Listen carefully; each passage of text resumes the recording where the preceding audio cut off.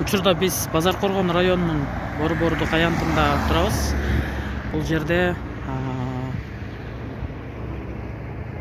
жаңы жылдык балаты орнотулган, бирок кече түнү аталган балатыны белгисиз жарандар өрттөп кетишкен.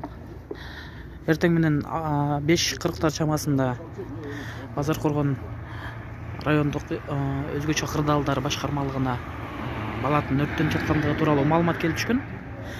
Мындагылар балатыны атайлап өрттөшкөнүн болжолдошууда, себеби бул желим бөтөлкөнүн ичинен бензин жыттанып, анан балатынын ичинен ошол желим бөтөлкөнүн капкагы турганын айтып атышат.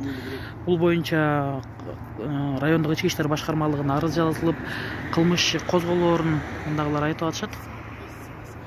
Эске салсак, өткөн жылы да жаңы жылга саналуу күндөр калганда борбордук балатыны өрттөп кеткен учур катталган болчу. Азыр жергиликтүү бийлик мунун үстүндө иш алып барып атат.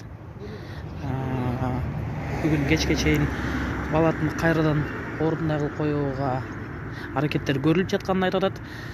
Шаар тургундарынын майрамдык маанайы түшпөсүн деп атайын убактынчалуу болсо да мындай материал менен атайын тосуп турууну туура көрүшкөн.